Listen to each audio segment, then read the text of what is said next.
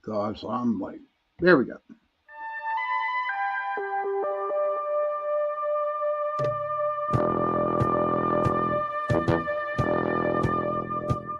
Tune in to UFO Undercover, Wednesdays at 8 p.m. Eastern, with your host, Joe Montaldo, right here on the Paranormal Radio Network.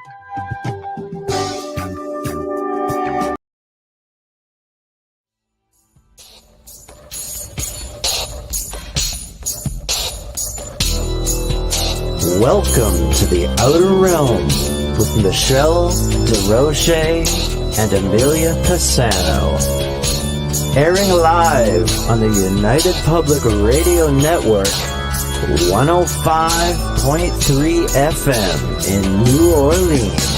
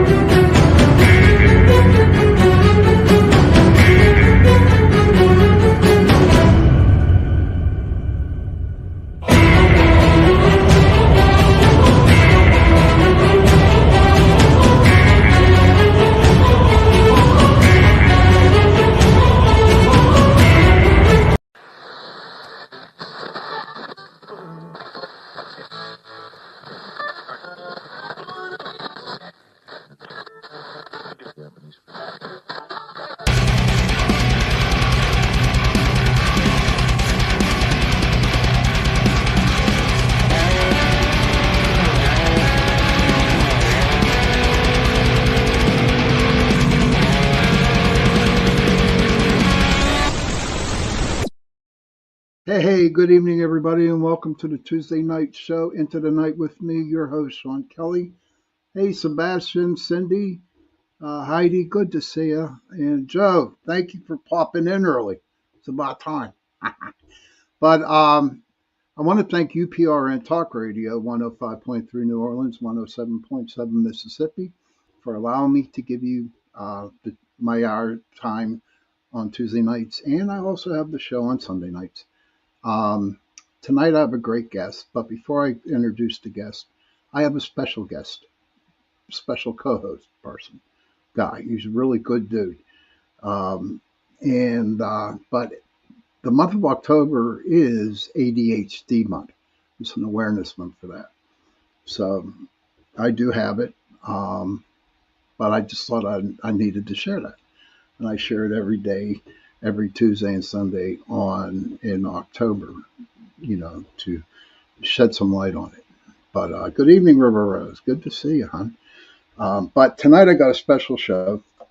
This is I do believe, my first big time guest. And I need to thank my special co-host, Mark Eddy, for coming on and working with me with this gentleman.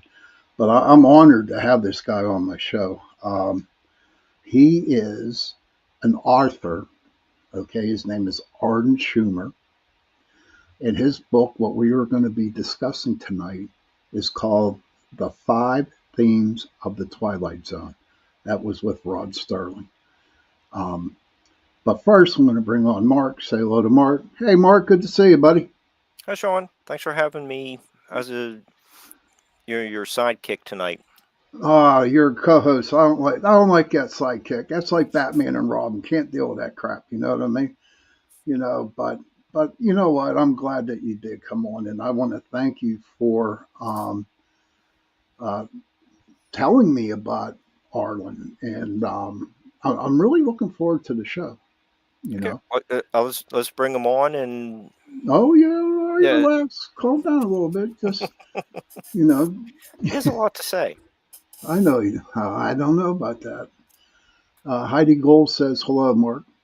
All right. Without further ado, I am going to bring on my guest, Mr. Arlen Schumer. Welcome, Arlen. Welcome. Thank you for that incredible introduction. You're welcome, sir. Wow. And Mark, thank you for facilitating this, being what I call the fifth Beatle on this. And interesting, first of all, I have 2 points to bring up with you, Sean. You mispronounced Rod Serling's name. You said Sterling. A lot of Man. Okay. and I just want to let you know, interesting that your show is called Paranormal, because in a way, Twilight Zone introduced the concept of the paranormal into the American consciousness and the American lexicon, which is part of what I talk about in my book. I call the Twilight Zone and Rod Serling the father of American popular culture. Oh wow, that's pretty cool. I know when I was young, But I I'll used back to up. watch this show, and I was like, really, I really enjoyed it. And when Mark told me all about you, I was like, wow, this got to be exciting. And again, Mark, thank you for facilitating. I like that word better. I'm just a good old boy from Pittsburgh, Pennsylvania. I'm a Yinzer, so we're not really big into them big words. But Mark, go ahead, sir. Okay. Arlen, you have a new book out, right There you there. go. Great minds think alike there. Even This is the got hardcover. mine autographed, Yes. and a bunch of our friends have written, Twilight Zone books, That's Nick's good, book, Maurice. Martin Graham's, Yep. Facebook friends. Mark DeWidziak's. Just interviewed him on my Twilight Zone symposium. That Mark Olshaker is not a Right. Twilight Zone author, but he has Rod Serling, friend. Mark wrote a blurb for my book that I'm going to use in my promotion. Awesome. But real quick, Arlen. I'm sorry, Mark. Go ahead. Oh no. I have questions. Go ahead and ask yours. Okay. All right. We'll definitely get to yours. But Arlen, what gave you the idea for writing this book, The 5 Themes of the Twilight Zone? Okay, so I've got to go back in time to the fact that the very first image I can recall in my life as a child was the black and white Twilight Zone eyeball in outer space, which was the 1963 graphic opening.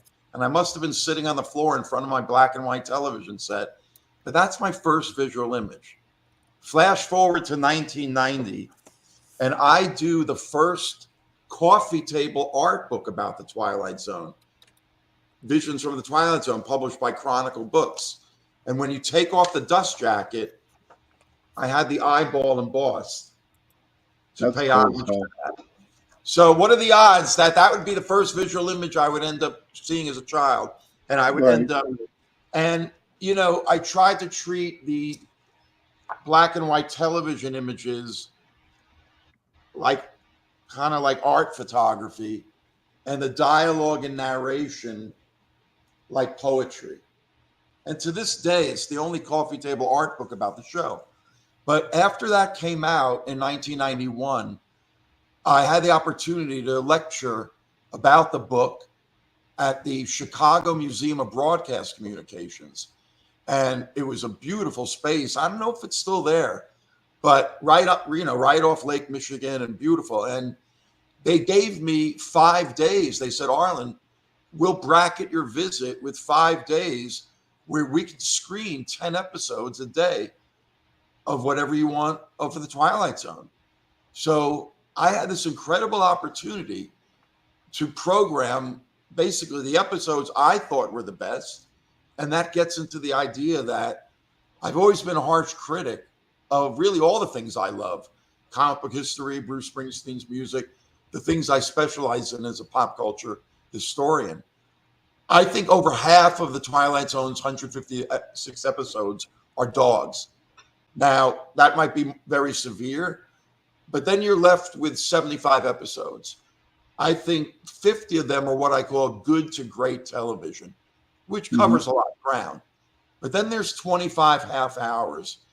If the aliens beamed down to Earth right now and said, we have room on our spaceship for one Earth television show, what are you going to give them?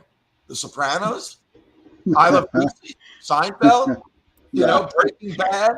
No, I'm giving them those 25 episodes because those would tell the aliens everything they needed to know about the human race. Because Okay. Rod Serling, the creator and head writer, and by the way, I'm harsh on the Twilight Zone, but I forgive those episodes that I think are dogs. And by the way, there's many levels of dog. Right. You know what I mean? So, but the thing is churning out weekly television back then, they were always over budget. And this wasn't like continuing characters every week with the same sets. This was anthology television. Every week was a whole new world. So I forgive the Twilight Zone, but you know what? I ended up writing about 68 episodes out of 156. Now, 68, that's like batting 460 or something. And that's how I compare it, that the great Twilight Zone episodes are like a great baseball hitter in terms of the quality. So I got to write capsule descriptions of those 50 episodes back in 1991. And over the last 30 years, on and off, I would extend some of those capsule descriptions. And then a year ago, when I got the deal with Bear Manor Media to do a book about the Twilight Zone, I decided that, you know what? I've been working on these 5 themes for 30 years. I'm going to finally put it into a book. And that's what I ended up doing. And I rewatched those 68 episodes, even though I've seen them all 1,000 times. Both, not only proverbially, I think literally.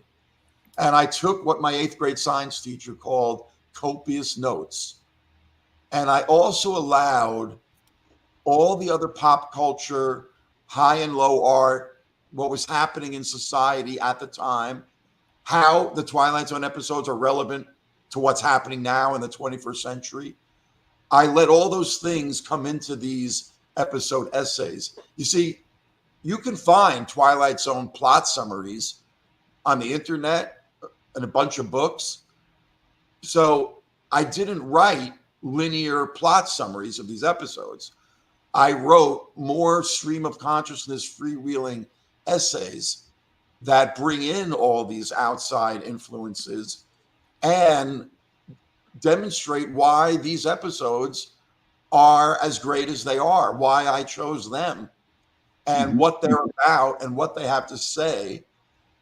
And I always felt, Sean and Mark, that amongst Twilight Zone fans, and this is true now on the internet, there's no clear consensus of what is great and what is good or what is bad. Everything has equal weight because of the freedom of the internet, the democratic aspect of it. Except art historians, art critics, that's not how they operate. They make consensuses. Just because you like a crappy piece of art doesn't make it great art. You can like whatever you want. But the art establishment, for better or for worse, that's what they spend all day and night doing, is making consensuses. Film critics have the AFI film list once a year of the top 100 films. So I don't feel that's ever been done for the Twilight Zone, because one of my favorite episodes is somebody else's worse, and vice versa. Right. But my answer to all of them is, this is me staking a claim to what I believe are the greatest episodes of the Twilight Zone. If you feel an episode that you love should have been in this book, guess what? Write your own. How about you, Mark? What questions you got there? You know, one of my friends, a Twilight Zone, he teaches English and big Twilight Zone fan. He's lectured at these Serling conventions. Rich Reese is his name. And he loves an episode from season 2 called King 9 Will Not Return. It was the first episode of season 2. And it was the first one that actually showed Serling on camera in his famous introductions. Rich Reese thinks King 9 shall not return is the greatest episode of The Twilight Zone. Guess what? It's not in my book. It's one of my dogs. But here's the thing. He's lectured on King 9. More power to him. Bottom line is, he'll never convince me that it should have been in the book. But the bottom line is, this book also came out of my emotional attachment to these episodes, which I still ended up writing with the same kind of intellectual distance. But, some episodes scared me or you remember more than others. And maybe in terms of the length of the essays, the longest essays are the ones that obviously really affected me, either intellectually or emotionally or both. Oh, Sean, did that answer interesting. Mark, go ahead, buddy. Okay, Arlen, I was showing the audience the variety of books that are been recently written. You got Scott and Jim's Night Gallery book, to add to the books I just showed. But those books are very informative. You take a little more depth to your analysis of some of the episodes. You work in what inspired some of the episodes. You also look at how, say, Little Girl Lost inspired Poltergeist. So you do trace I cross-pollinate.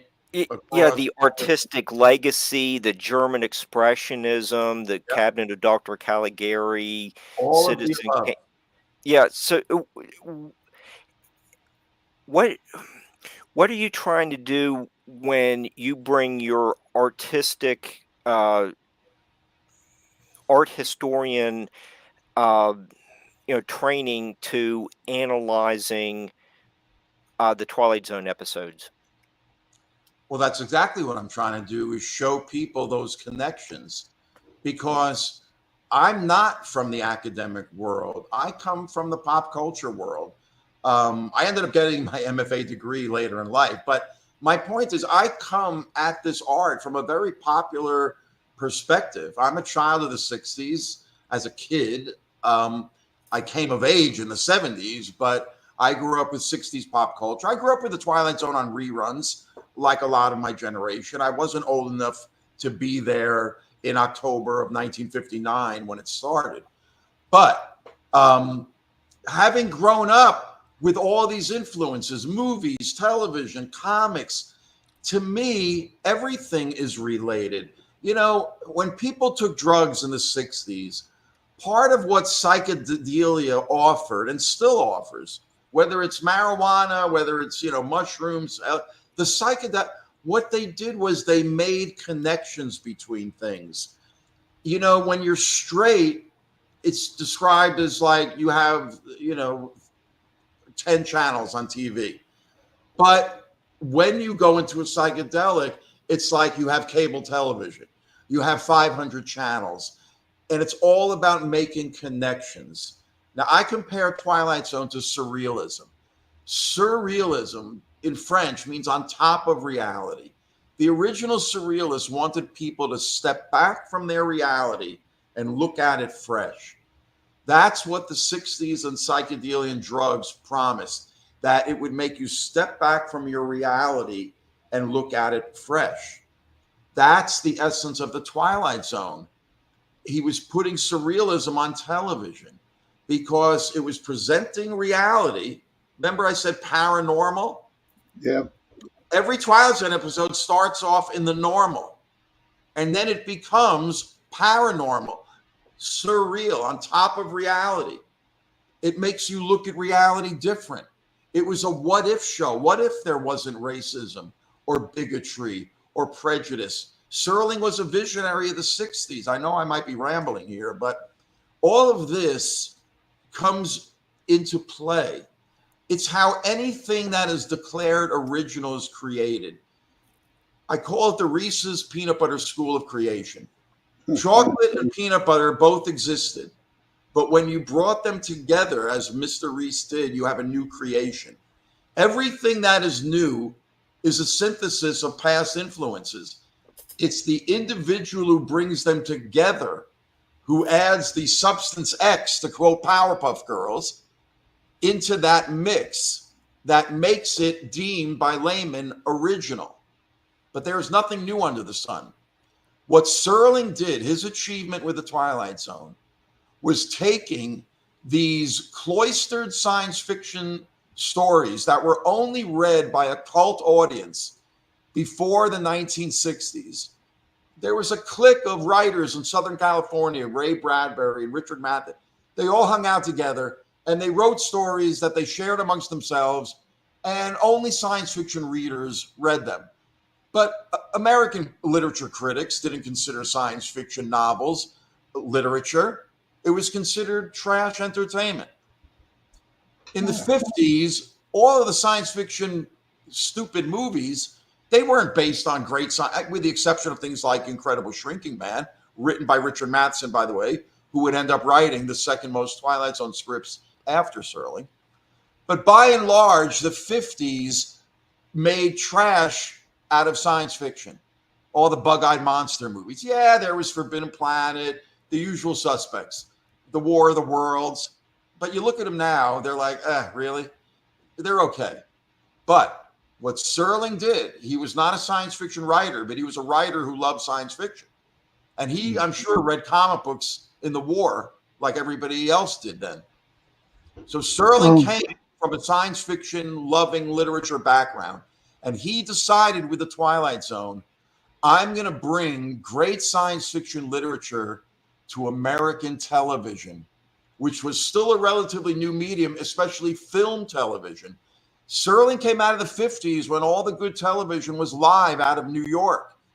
But by the end of the decade, it was deemed too expensive. The ratings weren't good enough. And that's when television shifted to Los Angeles film series. Well, television playwrights like Patty Chayefsky and Reginald Rose, they went to writing movies, screenplays. It was considered déclassé to do television. But Serling understood television. He knew it could be this artistic medium. And what he did with Twilight Zone was he took great science fiction literature, especially stories he himself adapted. He was a master adapter. You know, tonight on MeTV, the rerun station, they're rerunning the episode Time Enough at Last with Burgess Meredith, where he breaks his glasses. One of the most famous Twilight Zone episodes, right? Everybody knows it. Do you know that's not a Serling original? That's an adaptation. I believe if Serling had done that originally, he would not have broken his glasses. Serling had a more positive worldview. He would have ended with a crane shot pulling away, as Burgess Meredith would have been left alone with time enough at last to read his books. Wow. And that's an example. I write that in my essay to Time Enough at Last. But the reason I bring that up, getting back to the adapting part, some of the greatest Serling episodes are adaptations. But it's an art. That's why they give Oscars to best adapted screenplay. It's an art to take a science fiction short story and adapt it to a half-hour television show. But Serling was a master adapter. So he brought serious science fiction to American television for the first time.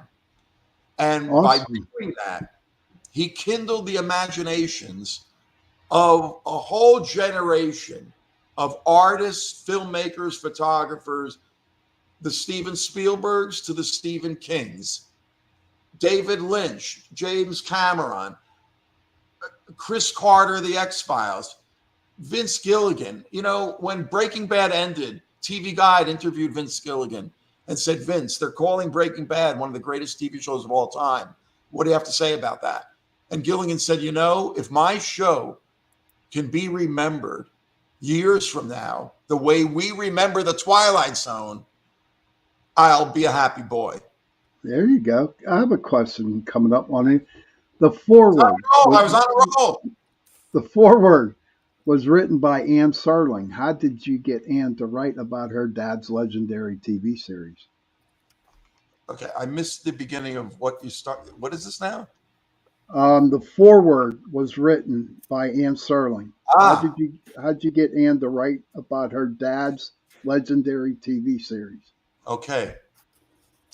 I met Anne Serling for the first time at the 2008 Rod Serling Symposium at Ithaca University, where he had all of his papers stored there because he grew up in Binghamton, right, in that area, and he had a summer home there on Lake Cayuga, or whatever, if I'm pronouncing that correctly.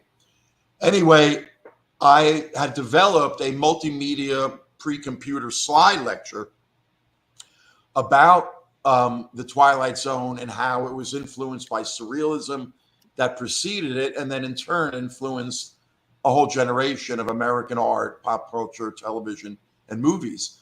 And I still do that lecture to this day. I do it as a webinar, I do it as a live lecture, but I presented it at this 2008 conference. And it's a total Rod Serling is God love fest. Are you kidding me? When it was over, down from the aisle came Anne Serling, who I had never met before, with tears in her eyes, thanking me for what I had just done. Well, imagine how I felt. My mother was a widow. My father died when I was 4 months old, and my mother raised my older brother, and I herself. So as I self-analyze my life, I think I searched for my father figures in the American pop culture I grew up with, the superheroes I read about in the comic books. And I think Rod Serling was a kind of avuncular father figure on television. And then eventually when I got out of art school, I worked for the comic book artist who was my childhood idol when I was a kid. He was one of the gods of comic book art, named Neil Adams, if you know that name. There would be no Dark Knight today if it wasn't for what Neil Adams did, but I digress. And I ended up being the art director of Bruce Springsteen's first fan magazine when I was at Rhode Island School of Design. So, I have a book about Bruce Springsteen's unreleased material coming out from Bear Manor Media next year in time for the 50th anniversary of the song Born to Run, the album, I mean, too. And he was, even though he's only 9 years older than me, he was a bit of a father figure as well. So I searched for my father figures in the pop culture. Serling was one of them. And I'd like to think that what I've done with the Twilight Zone, my first book, all the lectures and articles I've done, and now this is the culmination of really my life with the Twilight Zone. And I expressed that to Anne Serling. And when I met her again 5 years later at the 2013 Serling Symposium in Los Angeles, she gave me a beautiful compliment. And by the way, she writes about this in her foreword. She told me that as we were walking along, she said, "Arlen, my father would have been proud of the work you've done honoring his show." So again, not having a father and yet treating him, I joked, Serling had two adult daughters, Anne and her cousin, I think older sister Jody. Anne lives still in the Binghamton area. Jody is on the West Coast. I've always joked, I was born in 1958. I'm a couple years younger than Anne and Jody. I'm the son Rod Serling never had. And I can back it up by this work. So I tried to capture in my essays, I posit Serling as like an Old Testament Jewish prophet, kind of like Bob Dylan, except they were in 20th century bodies. Well, Dylan is still going strong. But their morals, their ethics, their ideas, their concepts are almost biblical. And I was trying to describe how in my essays, I consciously set out to capture the wisdom that was in these episodes.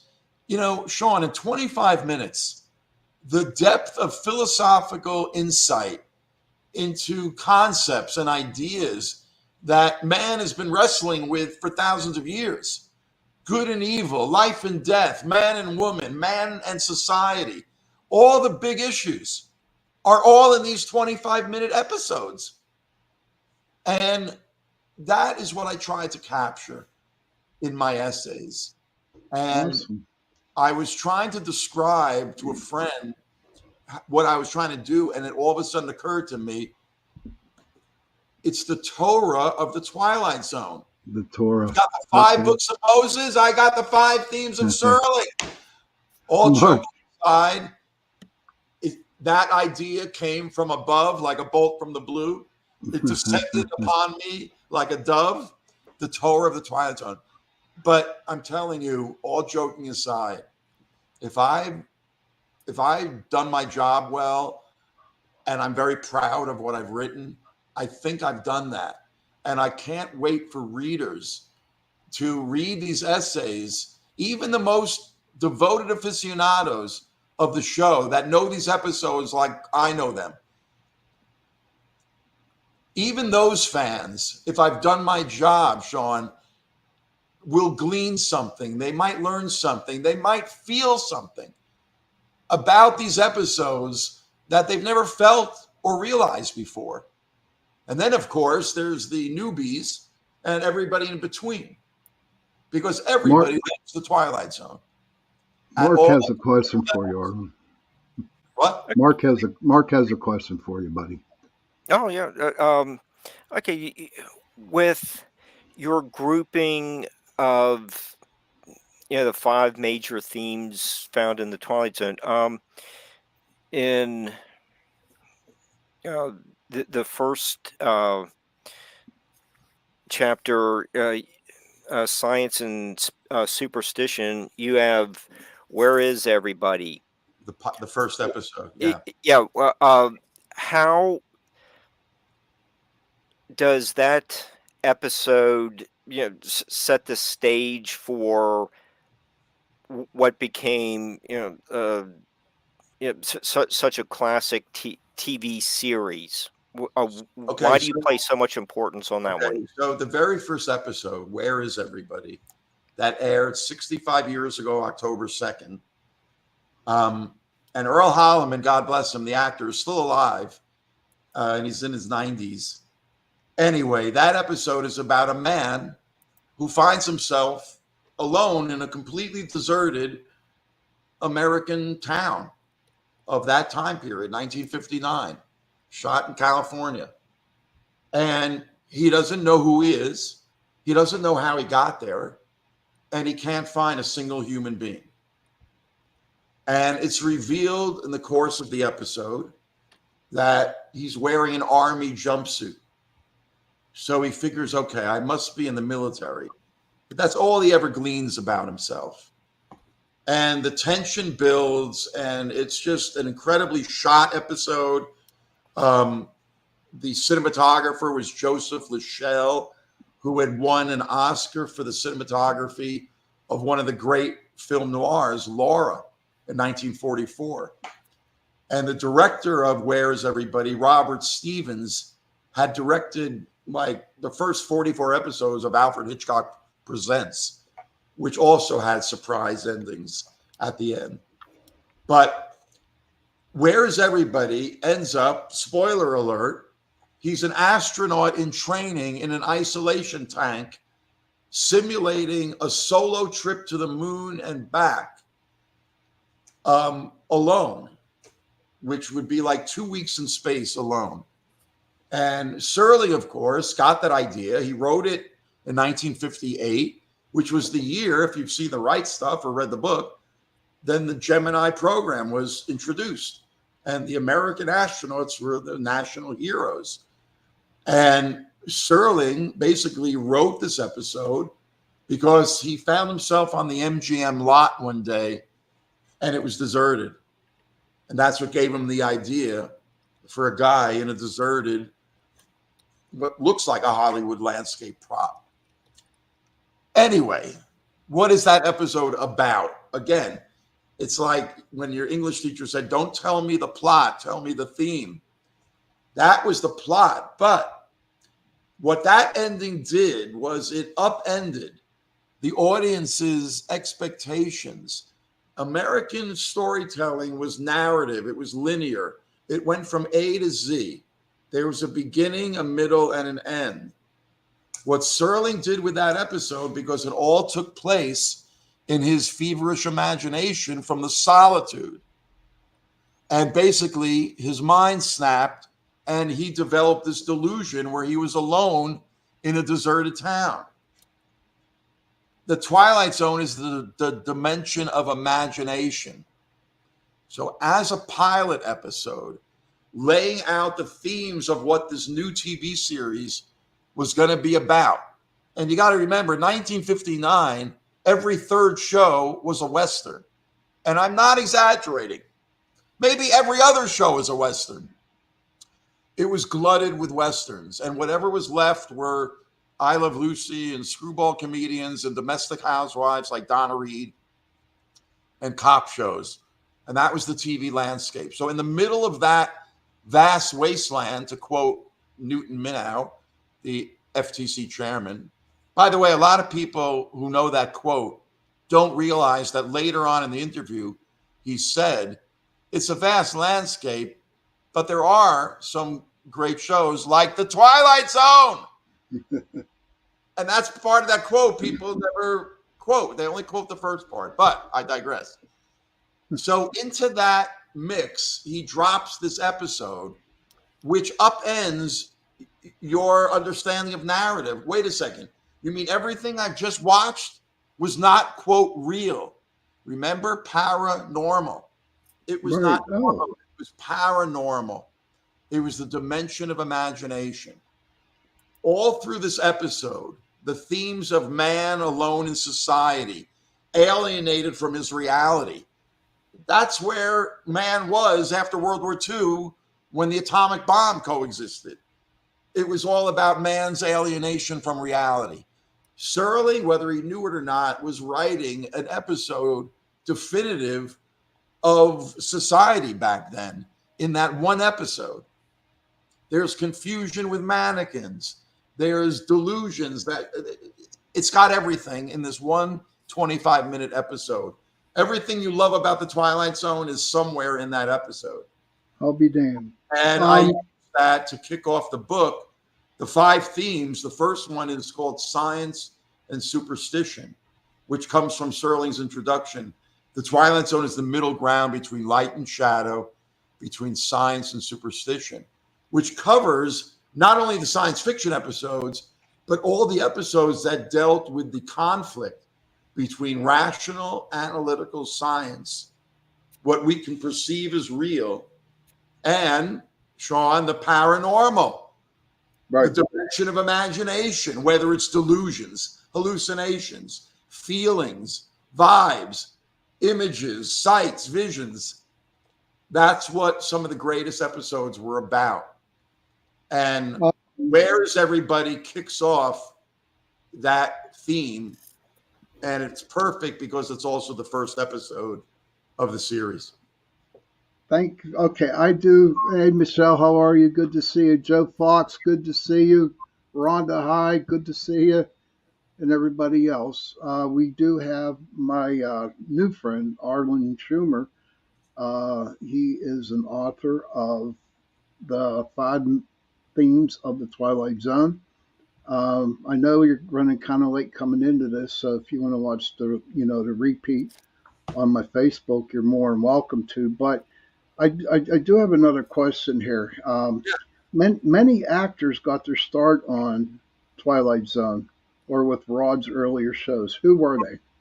Well, the Twilight Zone is like a who's who of Hollywood actors and actresses that would later become stars in both film and television, both men and women. People like Carol Burnett, Elizabeth Montgomery were in Twilight Zones. And then, of course, the movie actors, everybody from Charles Bronson, Burt Reynolds, Robert Redford, Robert Duvall. The list goes on. And what Serling did with the Twilight Zone was he was a writer who was given creative ownership of a television show what we call now a showrunner. He was the first of its kind. He had won 3 Emmys in the 50s, which is what gave him the creative clout to do The Twilight Zone. But when Hollywood got word that Rod Serling had come to Hollywood to do this new show called The Twilight Zone, everybody who was creative wanted to work on that show. Bernard Herrmann, who was writing all of Hitchcock's greatest soundtracks, wrote the theme for The Twilight Zone before the second season came in with the famous do-do-do-do. That's a whole different theme. But Bernard Herrmann, till the end of the series, wrote some of the original soundtracks. He didn't have to. It was a cheap black and white TV show. He was writing soundtracks for Hitchcock. He chose to. And all the great actors of the time, up-and-comers like Cliff Robertson, again, I could go on and on. It's a who's who. But they all wanted to work with Serling because they knew he wrote great dialogue, poetic dialogue, which is why in my first book I treated that dialogue like poetry. And actors who were used to being in Westerns wanted to be in The Twilight Zone. Wow. So it attracted great talent down the line. Mark, I'll give you the last question. We got about 8 minutes. We got about 8 minutes. Okay.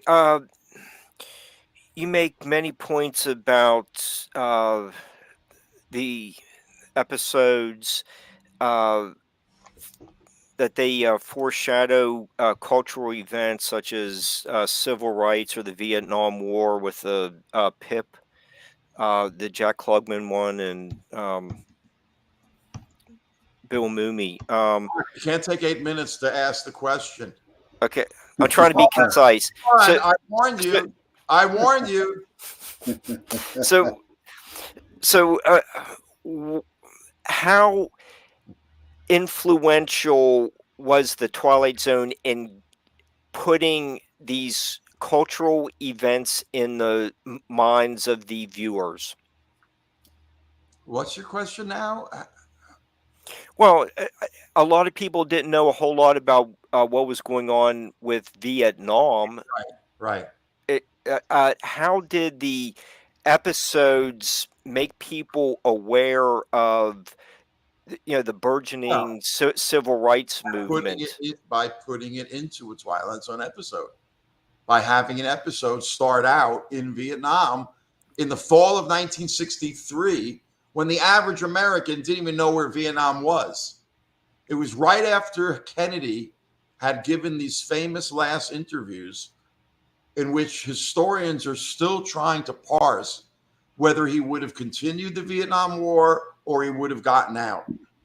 And historians are still trying to debate that.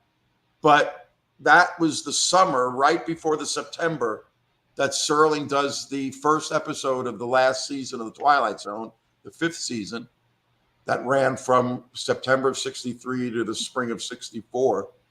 But in that episode, Jack Klugman is looking out a window, camera's close up on him, and he goes, "My son is dying in a place called South Vietnam. There isn't even supposed to be a war going on there." Now, this is an example of a very overt use by Serling of what was happening.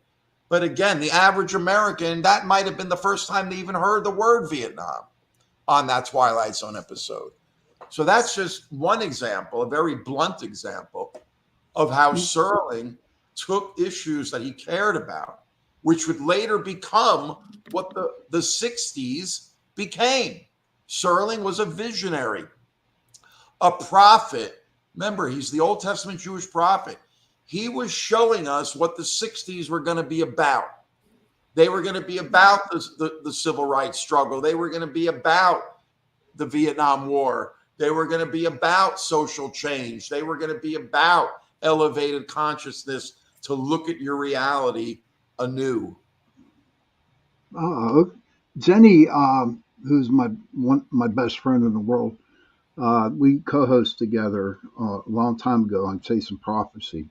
And maybe she could get you on the show, but she writes, Rod Serling did not write all of the Twilight Zone episodes, though he wrote a majority of them.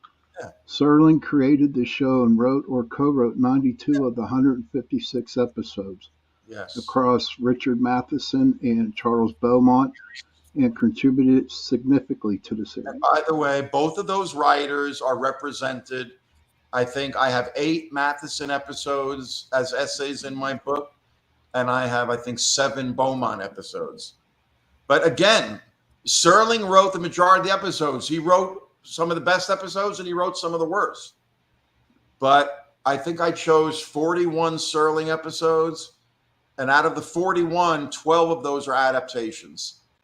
So again, if I welcome debate, I hope my book Amongst Twilight Zone Aficionados stirs a debate about what should be in this inclusion, because not all episodes are equally great, yet they're all equally loved. And that's a different thing. Most critics are dispassionate when they write or discuss the art that they're critiquing. That's the whole point of being an historian. I come from a pop background. I bring my emotions into my pop culture history, because to me, you can't divorce the two. These stories have emotional impact, intellectual impact that I tried to capture in the essays. So I hope Awesome. There's one of the Richard Matheson yes. ones that was just one of the all-time Now turn the favorites. page and you'll see a behind-the-scenes image of that famous gremlin on the wing. There's the actor Nick Cravat, I think was his name, getting made up in one of William Tuttle's. He was the director of makeup for Twilight Zone. Awesome. Yeah. Well, listen, we got about 4 minutes left, sir, and it's the tip of the this show, iceberg, Sean. I know the show was. We have to do part 2. We're going to have to do a part 2 on this. Anytime you want to, I'm available. All right, cool. Next Tuesday. No, I got somebody for next Tuesday. How about next Sunday night? Whatever you want to do, we'll talk about it. Okay, next Sunday night we're going to go to part 2. Sunday? You're talking about this coming Sunday? This coming Sunday, yeah. Okay, I can't do it this coming Sunday, but I could probably do it the following Sunday. Okay, cool. Or can it be during the week? That's probably better for me during the week. Okay, I don't have. That'd be the 29th. We can work this out via email. Yeah. Not now. But don't worry, everybody. We are going to have a second show, part 2 to the show. Arlen, how can people get a hold of you? Okay, they can go to my website, arlenschumer.com. Just make sure you spell it right. And there's a Twilight Zone subpage that is linked to my, you can get a hardcover signed copy of my book. And there's pages about my comic book history projects, my illustration work, and my Bruce Springsteen work. And it's all on my website. My whole life is up there. Awesome. Real quick, go ahead. Do you have any more conferences at the Westport Library? No, that ended at the end of September. I did a 4-night symposium there. I've got a New York City book signing and screening coming up this Sunday. And I have a book signing at the famous New York City pop culture store Forbidden Planet at the end of November. But nothing planned after that, but I'm hoping to plan some things. And I'd love to get out to LA where they made the Twilight Zone and line up some lectures out there, but we'll see. Awesome. Well, real quick, Michelle says, Jenny says the William Shatner episode scared me for life. Yep. Michelle Wilford says, awesome show, everyone. Sebastian Moran says they can get him through the Twilight Zone. He's laughing. That's my boy, Sebastian. I've known him for a long time. And Heidi says, very interesting. I'm a big fan of the Twilight Zone. Thank you all. Thank you, Arlen. Mark, thank you very much. Children, if you can, please go to your parents. Give them a hug. Tell them that you love them. And parents, please go to your children. Give them a hug and tell them that you love them. And if you don't have no parents and if you have no children, find somebody, give them a hug, and tell them that you love them. Everyone, it's getting close to Halloween, so everybody be careful. And I will see you Sunday night. And on Thank you that for having note, me, Sean. th- Thank you, Mark. thank you. Happy Thanks for the hunting, opportunity. everybody. Bye bye.